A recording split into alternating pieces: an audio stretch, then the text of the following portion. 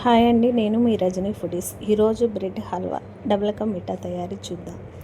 bread 4 పీసెస్గా cut చేసుకొని side ఉన్న బ్రౌన్ కలర్ తీసేసి బాణీ పెట్టుకొని బాణీలో సన్ఫ్లవర్ ఆయిల్ పోసుకొని next bread pieces gold colour వేయించుకొని నెక్స్ట్ కొంచెం నెయ్యి వేసి డ్రై ఫ్రూట్స్ వేయించుకొని పక్కన పెట్టి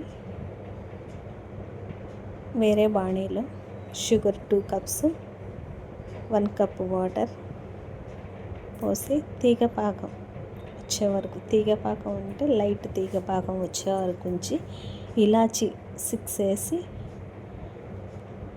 పాకం వచ్చిన తర్వాత బ్రెడ్ పీసెస్ మొత్తం పాకంలో వేసి దగ్గర పడే వరకు వేడిగా ఉంచి 2 కప్స్ మిల్క్,